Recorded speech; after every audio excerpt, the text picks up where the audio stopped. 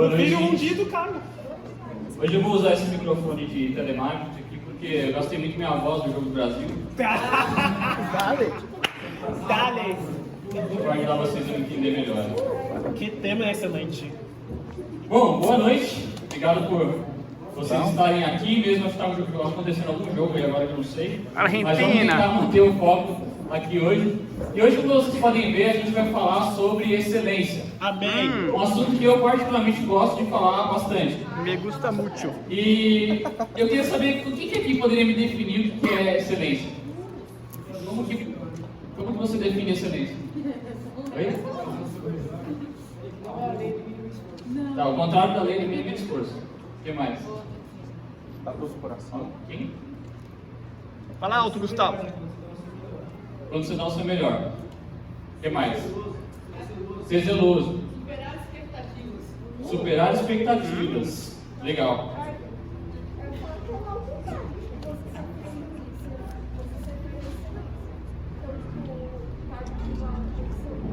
Eu gosto de excelência, né? Verdade. Pode baixar um pouquinho, pode?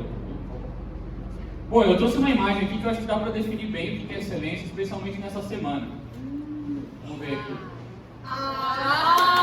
Vai deixar isso. Aí, vai, caiu. Isso é um gol excelente. Né? Acho que todo mundo aqui, sabendo de futebol ou não, eu não sei nada de futebol, mas eu considero esse um gol excelente. E excelência é algo que se eleva a um nível superior, é algo que é acima da média. Algo que você podendo escolher fazer o melhor, você faz o melhor que você pode. Excelência não é necessariamente ser o melhor do mundo, como talvez esse seja um dos melhores gols da história. Mas é você fazer o seu melhor. E o que eu quero trazer para nós hoje é que buscar a excelência não é uma coisa só, um slogan de empresa, não é uma coisa só para, sei lá, grandes jogadores ou grandes profissionais. Excelência não é só uma coisa para quem lidera a igreja. Excelência não é só uma coisa para alguns poucos escolhidos. Mas excelência é o caminho da vida de um discípulo. Amém. Existe um chamado à excelência que é dado a todos nós, como a gente vai ver aqui hoje. Porque basicamente Deus e a igreja merecem o nosso melhor em todos os aspectos da nossa vida. Existe uma certa confusão na nossa cabeça que porque Deus está mais interessado no nosso coração, Ele não se importa tanto em como a gente faz as coisas. Ele está mais interessado no seu coração acima de todas as coisas. Mas isso não quer dizer que Ele não se importa em como você faz as coisas, ou como você vive a sua vida, ou como você escolhe obedecer a Ele. Todas essas coisas importam. Se você acredita que Deus não se importa tanto, seria a mesma coisa que você dizer que esse gol do... O nome dele? Richardson. Eu não sei o nome dele, mas a gente viu o gol do o Richardson teria a mesma qualidade desse passe pro gol do Neymar no PSG. Obviamente, além da foto ser melhor, você consegue ver que um é excelente e outro nem tanto, né? São coisas diferentes, mesmo que você não entenda nada de futebol, assim como eu. Então, assim é a vida. Deus e as pessoas conseguem ver a diferença entre aquele que é excelente e aquele que é medíocre. Bom, você pode perceber essa diferença, né? Você geralmente confia mais em delegar coisas para pessoas que são excelentes, do que alguém que talvez não seja tanto. E a gente tem alguns exemplos de pessoas que são excelência em áreas da vida aqui. Por exemplo, o Jeff, não sei o Jeff falando. O Jeff é excelente em fazer café, carne, né? Quem já teve a oportunidade de experimentar sabe que é profissional, é bom. Muito bom. Tem gente também, a minha esposa, por exemplo, acho que ela é muito excelente em amar as pessoas. As pessoas se sentem amadas por ela, se sentem cuidadas por ela. Isso é verdade. Eu sou o puxa-saco dela. E, bom, o Salomão, cara, eu acho você excelente em ser amigo. O Salomão é aquele amigo que ele insiste, que ele vai atrás, que ele te liga, que ele pergunta. Ele não impede esforços para ser um amigo de verdade. O Luiz Felipe é um cara excelente nos estudos, gosta de estudar, um cara que faz isso toda vez que ele fala, essa semana eu vou separar um tempo para ler meus textos, para fazer minha atividade. É um cara excelente em ser um bom aluno. Nem todos os exemplos que a gente tem aqui. Quem mais quer falar? A Camila.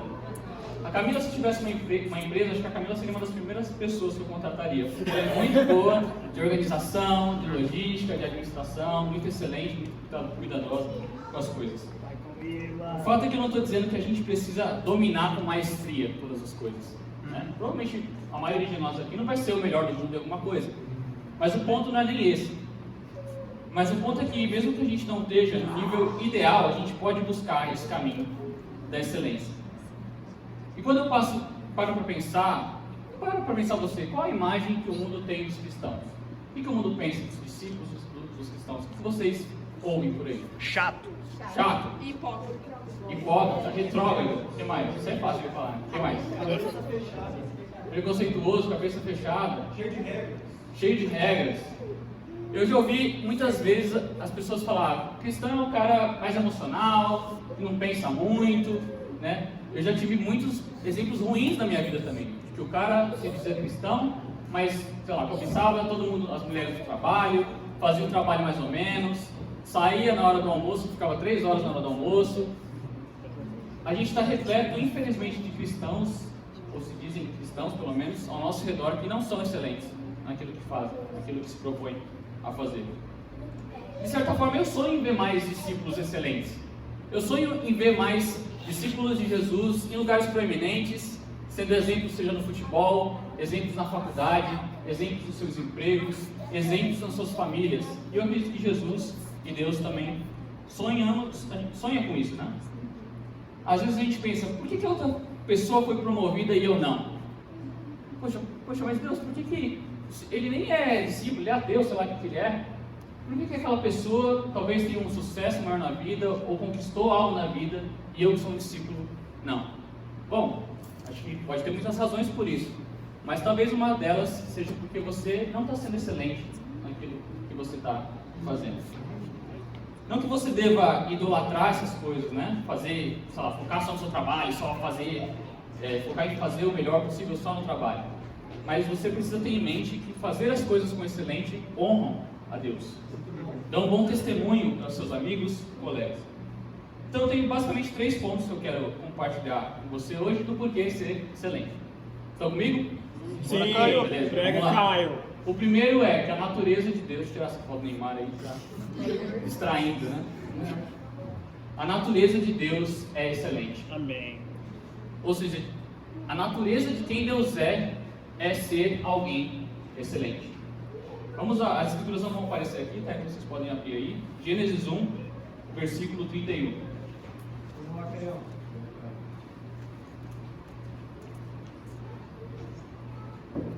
Alguém poderia ler, por favor, Gênesis 1, versículo 31? Felipinho, levanta. Você pode ler? Vai lá, Felipinho. E Deus viu tudo o que havia feito, e tudo havia ficado muito bom. Passaram-se a tarde e a manhã, esse foi o 6º dia. Isso, obrigado. Então aqui a gente vê o finalzinho da criação de Deus, né? Deus criou toda a natureza, o céu e a terra, as estrelas, e fala que Deus olhou para tudo que ele tinha feito e pensa, nossa, ficou bom, hein? Isso aqui que eu fiz ficou excelente. Não foi qualquer coisa que Deus fez. Não sei se você já fez algo que você olhou assim, caramba, isso ficou muito bom, eu nem acredito que foi eu mesmo que fiz. Esse texto aqui que eu fiz na fase de trabalho, sei lá, qualquer coisa que você faz, esse bolo de chocolate, sei lá, alguma coisa que você fica, caramba, nem parece que... Se eu falasse, eu nem ia acreditar que foi eu que fiz. Eu falo que o Jeff ele tem uma frase quando algo é muito bom, ele fala, this is ridiculous. Você deve falar isso porque isso é muito bom, tipo, isso é ridículo de bom. Eu acho que Deus meio que olhou para a criação e falou, nossa, isso é muito bom, isso aqui é excelente.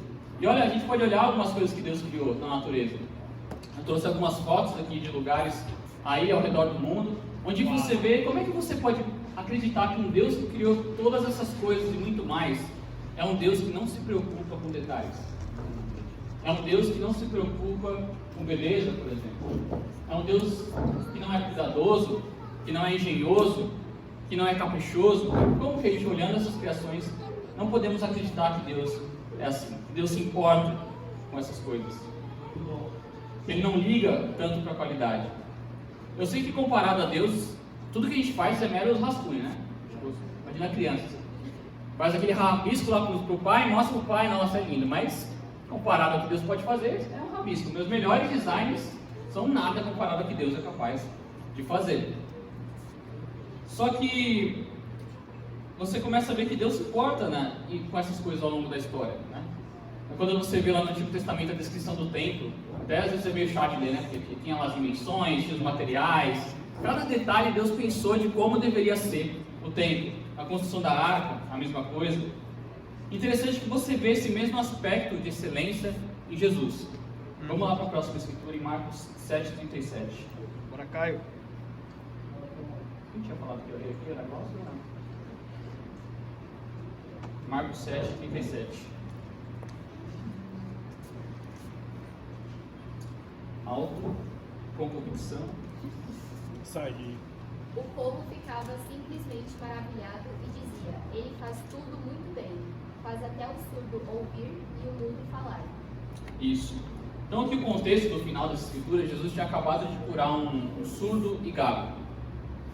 E ele fez isso da maneira mais bizarra. Não sei se você lembra dessa escritura, mas basicamente até anotei aqui: ele cuspiu, ele tocou nos ouvidos do cara, cuspiu, depois tocou na língua, depois olhou para o céu e disse Efatá. Parecia que era um código de videogame, sabe? Desce para cima, para baixo, X, aí desbloqueia tudo. Foi meio aleatório assim, se você para para pensar, né? Mas o mais impressionante é que o povo fica admirado com o quê? O que o povo ficou admirado aí, nesse finalzinho da escritura? Isso, que ele fazia tudo muito bem, até curar. Então, embora Jesus ele fazia milagres extraordinários, mas o que chamou a atenção daquelas pessoas é que ele fazia tudo muito bem. Todas as coisas muito bem. Imagina, ele era carpinteiro, né? Fica imaginando, como é que será que eram as coisas que Jesus fazia? Né? As obras de arte, sei lá, os móveis que ele fazia, como é que será que era isso? Porque eu acredito que ele fazia isso muito bem também. Não era um milagre só que impressionava as pessoas, mas era o caráter de Jesus, enquanto ele fazia qualquer coisa. Jesus era excelente, ele deu o melhor vinho na festa de casamento, se vocês lembrarem. Ele foi o melhor sacrifício que Deus podia dar para a gente. Ele poderia ter escolhido, sei lá, um anjo, qualquer ser celestial para morrer e ser sacrificado, mas ele escolheu Jesus, que era o melhor que Deus tinha. E a gente precisa, como discípulos de Jesus, também focar nisso, porque afinal a gente está imitando quem? Jesus. A gente quer imitar Jesus em tudo, inclusive na sua excelência. Muito bom. Então, Deus ele não é só excelente, mas Ele também espera que a gente seja excelente. A gente vai ler agora, se você puder abrir em Malaquias 1, do 6 ao 8. Sim. Essa é bem boa, bem levinha. Malaquias 1, do 6 ao 8. Só vou dar um contexto primeiro pra gente. Malaquias, ele viveu praticamente 100 anos ali depois do povo regressado do exílio na Babilônia. E o templo, então, ele havia sido reconstruído. Então, as esperanças estavam em alta nessa época aqui do povo de Israel. Estava mais em alta do que agora o Éxodo do Brasil. Né? Agora, o povo estava, agora o reino vai ser estabelecido, o templo foi construído, agora tudo vai dar certo, né? Talvez se eles... Oi? Tem de Twitter. Era mais falado no povo de Israel, todo mundo achava que agora tudo ia melhorar. Só que vocês acham que melhoraram? Melhorou? Não, né? Os israelitas que povoaram essa cidade, eles foram tão infiéis quanto seus antepassados. Em Malaquias a gente descobre quão corrupta essa nação havia se tornado. Então, esse livro é onde uma série de disputas ali, de diálogos entre as pessoas e Deus, através do profeta Malaquias, a galera estava praticamente discutindo ali com Deus, o tempo todo. Você vê a ousadia de como estava o coração dessa galera. Parece que o exílio não mudou nada na vida dessas pessoas. Então, é nesse contexto de debate, de discussão do povo com Deus, através do profeta Malaquias, que a gente vai ler agora aqui. Essa é o boletado 1, Malaquias 1, do 6 ao 8. Diz assim, Deus falando: o filho honra seu pai, e o servo o seu senhor. Se eu sou o pai, onde está a honra que me é devida? Se eu sou senhor, onde está o temor que me devem? Pergunta o Senhor dos exércitos a vocês, sacerdotes. São vocês que desprezam o meu nome, mas vocês perguntam: de que maneira temos desprezado o teu nome? Trazendo comida impura ao meu altar. E mesmo assim, ainda perguntam: de que maneira te desonramos? ao dizerem que a mesa do Senhor é desprezível. Na hora de trazerem animais cegos para sacrificar, vocês não veem mal algum. Na hora de trazerem animais aleijados e doentes como oferta, também não veem mal algum. Tentem oferecê-los de presente ao governador. Será que ele se agradará de vocês? Será que os atenderá? Pergunta o Senhor dos Exércitos. Imagina você ouvindo isso do próprio Deus. Às vezes a gente lê palavras como essas e a gente pensa, ufa, ainda bem que eu nasci depois de Jesus, né? Ainda bem. Se tivesse nascido nessa época, meu Deus do céu. Ainda bem que a gente está na nova aliança, né? E de fato a gente está mesmo. Mas no mesmo livro, em Malaquias 3:6, se você quiser ler depois, Deus fala, de fato, eu, Senhor, não mudo. Deus não mudou o seu caráter. Ele ainda é esse mesmo Deus que falou essas coisas. Ele ainda é o mesmo Deus que espera o nosso melhor. O caráter dele não mudou. Quem disse que Deus espera menos de nós agora? Deus acusa Israel de profanar e desprezar o templo, porque o templo naquela época era o que representava a maneira daquele povo se relacionar com Deus. Mas através de ofertas medíocres, de animais aleijados e cegos e doentes, eles estavam dando só os animais de Chernobyl lá de oferta, os animais cheios de defeito para ofertar no templo. Eles mostravam com esse tipo de atitude que eles não valorizavam a Deus, que eles não se importavam com Deus. Eles pensavam, pô, Deus vai aceitar porque é animal, né? É animal do mesmo jeito, ele vai aceitar qualquer coisa que eu der para ele. Mas o que a gente vê na Escritura é que isso não é verdade, ele se importa sim. A minha pergunta para você hoje é o que você tem dado para Deus? Um carneirinho manco? Um animal cego? Ou em outras palavras, para você entender, o que sobra do seu tempo? Uma obediência parcial? Uma servidão medíocre? Um tempo com Deus superficial? O mínimo necessário para ser salvo? O que você tem dado para Deus hoje? E Deus ele é tão perspicaz nessa fala aqui que ele fala, pega esses animais, tenta oferecer ao governador, tenta oferecer para os líderes, tenta oferecer para as pessoas proeminentes aí. Será que eles vão aceitar? Tenta oferecer essa mediocridade para outras pessoas na sua vida. Por que você não faz isso? Por que eu, que sou Deus, que mereço o seu melhor, estou recebendo os piores animais? Ele obviamente diz isso porque os governantes não iam aceitar, né? Por que Deus deveria aceitar? Essa é a pergunta. Por que pessoas, às vezes importantes para nós na nossa vida, não aceitariam o que a gente está dando? Por que Deus deveria aceitar o nosso pior ou o nosso mínimo necessário? Eu quero que a gente pense em qual áreas da sua vida você precisa ser mais excelente. Anota aí, pensa, quais áreas da minha vida eu preciso ser mais excelente? Eu preciso ser melhor, eu preciso me preocupar mais, eu preciso me esforçar para fazer melhor do que eu já estou fazendo. Não como uma maneira de te deixar ansioso, né? Poxa, eu ainda não estou fazendo tão bem, sabe? Faço slides tão legais, mas não é esse o ponto, é o seu coração que importa. É se você quer melhorar para Deus, se você quer ser mais excelente. Qual áreas você tem sido negligente na sua servidão, na sua obediência a Deus? Amém? Amém.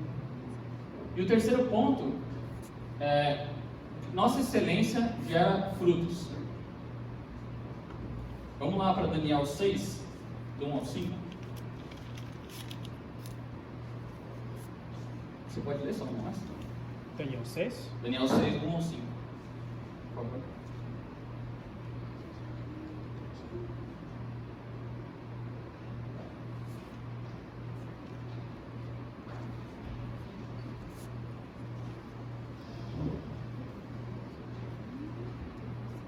Daniel 6, qual? Do versículo 1 ao 5. Nossa. Dário achou por bem nomear 120 sátrapas. Fácil, né? Para governar todo o reino. Ele designou 3 supervisores, sobre eles, um dos quais era Daniel. Os sátrapas tinha sátrapas. Tinha que prestar contas a eles. para que o rei não sofresse nenhuma perda. Ora, Daniel se destacou tanto entre os supervisores e os sátrapas por grandes qualidades que o rei planejava tê-lo à frente do governo de todo o império. Diante disso, os subversores e os sátrapas procuraram motivos para acusar Daniel em sua administração governamental, mas nada conseguiram. Não puderam achar nele falta alguma, pois ele era fiel. Não era desonesto nem negligente. Finalmente, esses homens disseram: jamais encontraremos algum motivo para acusar esse Daniel, a menos que seja algo relacionado com a lei do Deus dele. Isso, obrigado. Bom, aqui só algumas coisas. Aqui no versículo 3, quando ele fala que ele se destacou por suas grandes qualidades. Na verdade, essas suas grandes qualidades seria melhor traduzido por um espírito excelente. Se você até lê em versões mais antigas, como o João Ferreira de Almeida, ele usa esse termo. O que chamou a atenção é que Daniel tinha um espírito excelente. Ou seja, ele era impecável em seu caráter e na sua disposição de ser grande para Deus. Muito bom. Então, onde Daniel vivia? Ele vivia num ambiente totalmente secular, né? Ele foi tirado da sua família para uma sociedade onde adorava ídolos, no caso da Babilônia, onde havia uma estátua no meio da cidade, onde todos deveriam, quando trocasse uma música, lá deveria se curvar e adorar essa estátua. Daniel se recusou. Mas longe da sua família, ele não deixaria de influenciar as pessoas ao seu redor. Não deixaria de se influenciar pelas pessoas ao seu redor. Ele não deixaria de ser o melhor administrador que ele pudesse, mesmo sem ser formado na fé. Feia! Ou qualquer outra capacidade. Para honrar a Deus. Daniel, ele era um jovem espiritual, ele tinha habilidades, se fosse for antes, de interpretar sonhos. Eu acho que isso seria bem útil, né? Às vezes tem uns sonhos tão aleatórios que eu queria que alguém interpretasse para mim. Mas o que impressionou o rei não era esse dom miraculoso, digamos assim, que ele tinha, mas era a forma como ele se comportava. Era a forma como o seu caráter se manifestava. Existia algo na maneira como ele fazia as coisas que o diferenciava de todas aquelas pessoas ao seu redor. Porque ele tinha um espírito excelente. Se você ver na história, haviam 120 sátrapas e 3 governantes. Esses sátrapas eram basicamente líderes, né, daquela comunidade, gerentes, sei lá como você poderia traduzir. E no meio dessas 123 pessoas, tinham poderosos políticos. Daniel se destacou no meio daquelas pessoas. Eu penso, como será que era Daniel? Eu imagino que Daniel era assim: se o rei pedisse para ele lavar a carruagem dele, ele não ia só jogar uma água, ele ia passar pretinho no pneu, ele ia passar aspirador, ele ia se preocupar com cada detalhe daquela tarefa, porque ele se destacou no meio de tantas pessoas. Então, algo na maneira como ele trabalhava, como ele fazia as coisas, se diferenciava, se destacava. Ele queria que tudo tivesse do jeito certo. E provavelmente ele fazia mais do que a sua obrigação. Sua excelência e devoção a Deus garantiram o governo da província da Babilônia. Uau. E o que eu quero dizer para nós é que a excelência, como esse ponto, ela gera frutos. Gera frutos na sua vida e gera frutos nas pessoas ao seu redor. E a gente pode pensar, alguns aqui acreditam que querem namorar. Mas qual é o grau de excelência que você tem nas suas saídas? O quanto você se prepara para servir as irmãs? Você passa o tempo pensando em como vai ser divertido, o que você vai perguntar, como que você vai servir elas, como que você vai puxar assunto com elas, qual a roupa que você vai usar. Ou você pensa assim, pelo menos eu estou tendo saída, né? Tem umas que não tendo saída, então eu vou assim mesmo de qualquer jeito. Você não precisa de terno, tá? Não estou falando isso. Você pode ir se você quiser, né? O Desira tem uns lugares chiques para ir, que eu acho bem legal. Ópera, legal. Mas não tem a ver com dinheiro isso aqui. Tem a ver com excelência. Tem a ver com o coração, a disposição de servir as pessoas ao seu redor da melhor maneira possível. Pensa que essa irmã tem que pensar que ela está tendo uma saída como se fosse Jesus. Uau. Se Jesus tivesse saída com essa irmã, como seria a saída com Jesus? Eu queria ter uma saída com Jesus também. A excelência, ela atinge graus até, vamos dizer assim, inesperados. A higiene também é um aspecto da excelência. Eu até anotei uma frase aqui, ó. Se você é excelente, isso vai aparecer nas suas axilas. Boa, né? Então precisa existir um cuidado também de como a gente se apresenta às pessoas. De novo, Deus não se importa, ele se importa mesmo. Pode entrar um morador de rua de chinelo e ele vai amar essa pessoa do mesmo jeito. Mas podendo fazer algo melhor, por que você escolhe fazer o mínimo?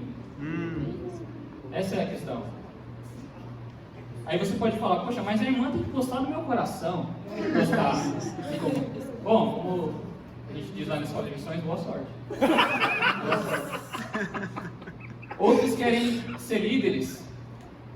Mas qual que é o grau de excelência que você arruma no seu quarto? Qual o grau de... Se eu abrir sua gaveta, qual vai ser o grau de excelência que vai ter lá? E a gente quer liderar uma igreja. Alguns querem servir em outras áreas da igreja. Mas qual o grau de excelência que você serve a sua família? Muito bom. Alguns querem bons empregos. Mas como você vai conseguir bons empregos se você faz o mínimo necessário na faculdade? 5 bolas, 5 é 10. Napoleão? Eu já tive momentos assim também, né? Ainda tenho, mas eu sei que é difícil, tá? Sou aluno também, estou querendo colocar uma posição superior. Mas a gente precisa ter isso em mente, que a gente precisa buscar excelência, porque excelência honra a Deus e traz frutos também. Amém. Alguns aqui querem ganhar amigos na sala. Acho que tem sonhos, eu queria que meus amigos estivessem aqui, que eles conheçam a Jesus, conheçam a Bíblia. Mas que tipo de aluno você é? Que tipo de aluno ele está vendo em você na sala de aula? Porque isso é uma coisa interessante, talvez um dia você precise de um emprego. E talvez as primeiras pessoas que você vai ligar são seus colegas de sala. Só que eles vão lembrar, quando eles atenderem a sua ligação, é o Caio. Como é que o Caio era na sala de aula? Acho que ele era meu. Ô Caio, não tem não, viu, a vaga aqui. Não, passa a bola, poxa, a gente tão cheio aqui. Mas é uma coisa que a gente pode pensar. Alguns querem se sentir mais animados com a igreja. Ou com a igreja, ou com Deus, mas qual é o grau de excelência que você se dedica a essas coisas? Qual o grau de excelência que você se dedica aos seus irmãos e ao seu relacionamento com Deus? Bom, continuando a história, aqueles homens, eles pararam e pensaram, poxa, a gente precisa achar algo contra esse Daniel. Não dá para ele se destacar assim, a gente deve ter alguma coisa, ninguém é certinho, ninguém é, sei lá, excelente o tempo todo, tem que ter alguma coisa, algum defeito, alguma falha, alguma corrupção que a gente vai achar. Eles acharam? Não achavam nada. Às vezes a gente olha, estou falando aqui de excelência, às vezes a gente pensa, pô, mas isso aí é porque o cara é chato, né, com essas coisas. Ou sei lá, porque às vezes, sei lá, o Jeff é americano, ou porque tal pessoa é, sei lá, é mais velha, ou porque é da sua criação. Só que, será que é só isso? Será que não um pouco do nosso coração se coloca numa posição, mas isso é só para algumas pessoas? Eu não preciso buscar isso.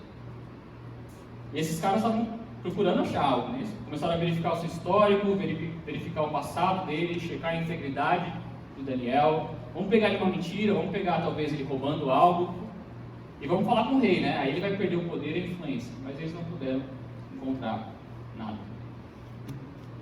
E o ponto é que Deus, ele não quer só salvar a nossa alma, Ele quer, mas Ele também quer mudar o nosso caráter. Quando a gente estuda a Bíblia com alguém, quando a gente pessoalmente está buscando se relacionar com Deus, a gente não quer estar só com Ele na eternidade, a gente quer, mas a gente quer ao longo do processo ter o nosso caráter transformado à imagem de Jesus.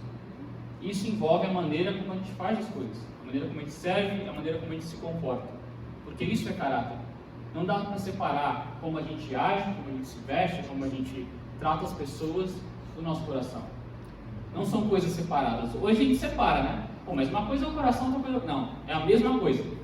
Na cultura judaica, se você tinha fé, você obedecia. O que você acreditava era como você vivia. Não tem separação dessas duas coisas. E assim a gente pode respeitar e honrar o nome de Jesus, fazendo cada coisa como Daniel fazia, com um espírito excelente. Amém. Bom, agora eu queria dar alguns conceitos práticos de como a gente pode ser mais excelente, né? Existe uma frase que eu particularmente odeio, tá? Estou bem sincero. Não que eu odeie a pessoa que diz, mas a frase eu não gosto. Que é feito é melhor que perfeito. eu até acrescentei ali, mas não significa que precisa ser mal feito. Eu concordo no sentido, pô, mas aí eu vou fazer, sei lá, uma ceia que eu tenho que pensar, vou ficar paranoico, né? Se eu quiser fazer tudo excelente sempre, eu não vou nem me mover. No ponto, não quero que você se trave, né, buscando a excelência. Mas não é porque talvez feito é melhor que perfeito, talvez você precisa fazer uma coisa rápida, você precisa fazer mal feito. Você pode fazer o melhor possível, com o tempo, com as condições que você tem. Então essa é a primeira coisa. Feito é melhor que perfeito, mas não significa que precisa ser mal feito. A segunda dica é detalhes importam. De novo, eu não quero que você perca muito tempo pensando em detalhes. Mas comece a reparar mais em detalhes do seu dia. Comece a reparar mais em coisas, repare nas pessoas, às vezes até a gente está evangelizando alguém, comece a reparar na pessoa, a entender quem ela é, faz perguntas para ela. Às vezes a gente, sei lá, tá, como eu falei, em saídas, né? Começa a pensar nos detalhes, poxa, mas como é que eu vou buscar a irmã? Eu vou dar um cartão, o que eu vou escrever no cartão? Os detalhes importam, sim, se você quer ser mais excelente. A terceira dica seria, quais são os seus dons e talentos? Descubra quais são os seus dons, o que você é bom, o que você gosta de fazer, se você gosta de cantar, se você gosta, sei lá, de desenhar, se você gosta de pregar, de falar, sei lá, qualquer coisa que você gosta de fazer, ou que você tem talento e dom, e faça isso da melhor maneira para glorificar a Deus. Busque ser, talvez, o melhor que você possa ser em alguma área da sua vida. E por último seria, pergunta para as pessoas como elas veem o seu trabalho, como elas veem a sua servidão. Pergunta, pô, como é que você acha que está sendo a minha servidão aqui, sei lá, dá um exemplo aqui, no coral. Como é que você acha que está sendo a minha servidão na igreja em casa? Como é que você acha que está sendo o meu estudo na faculdade? Pô, estou tirando essas notas aqui, como é que você acha que está bom? Como é que você acha que eu posso melhorar? Pede feedback para as pessoas, para que elas possam identificar como é que está a sua excelência. E para encerrar, eu queria contar a história do violino Stradivarius. Alguém já sabe o que é um violino Stradivarius? Famoso, né? É um violino, na minha não sei nada de música, tá? Na minha opinião é como qualquer outro violino, mas tem o brand, tem o nome Stradivarius. Né? Lógico que deve ter feito com qualidade superior, com materiais diferentes, mas basicamente esse violino é uma referência, quando se trata de violinos, é o Stradivarius. É o sinônimo de violinos finos. Né? E isso, porque eu até anotei aqui, por que isso acontece, né? Porque o Antônio Stradivarius, que foi o cara que fez esse violino, ele insistia que nenhum instrumento construído em sua loja fosse vendido até que estivesse tão próximo da perfeição quanto o cuidado humano e a habilidade pudessem torná-lo. Então essa era a única regra. Eu não vou vender nenhum violino na minha loja enquanto ele não tiver o maior grau de qualidade e excelência que uma mão humana possa fazer. E por que ele fala isso? Ele fala, Deus precisa de violinos para enviar sua música ao mundo. Uau. Se algum violino estiver com defeito, a música de Deus será estragada. Uau. Ele estava preocupado com a qualidade dos seus violinos e a honrar a Deus. Você se preocupa com as coisas que você faz, se elas estão honrando a Deus? Uau. Se a sua vida honra a Deus em todos os aspectos, não só no aspecto religioso, eu vou na igreja, tá? Eu tenho uma linguajar religiosa, eu sei algumas escrituras, mas como você vive, como você age, como você entrega seus trabalhos na faculdade, com o que você fala, com as palavras que saem da sua boca, com as roupas que você usa, você honra a Deus com tudo isso? Muito bom. Que a gente possa sair daqui pensando nisso. E excelência não é um papo, sei lá, só porque eu sou descendente de japonês ou para algumas pessoas. Mas excelência é algo que Deus merece. Deus merece o nosso melhor. Amém? Amém. Muito bom, Caio. Eu vou fazer uma oração para a gente terminar. Muito bom. Querido Deus, amado Pai, obrigado, Deus, pelo privilégio que é compartilhar a sua palavra, poder meditar e refletir o quanto o Senhor é incrível, o quanto o Senhor é excelente, o quanto o Senhor merece o nosso melhor, o melhor do nosso tempo, o melhor da nossa energia, o melhor dos nossos talentos, Pai. E ainda assim, nada que a gente faça vai se comparar ao sacrifício que o Senhor fez por nós. Então que a gente possa ser motivado, ser movido por essa gratidão, não por legalismo ou por furo para parecer bom para os outros, mas porque a gente quer te agradar, a gente quer te honrar, a gente quer de que de alguma forma a nossa vida reflita o seu caráter, reflita o seu amor, e reflita a sua excelência. Eu oro para que a gente não só reflita, mas comece a praticar mais isso na nossa vida, se atentar mais aos detalhes, buscar ser melhor para o Senhor. Porque o Senhor merece o nosso melhor e a tua igreja também, Pai. Em nome de Jesus eu oro e agradeço. Amém. Amém. Amém.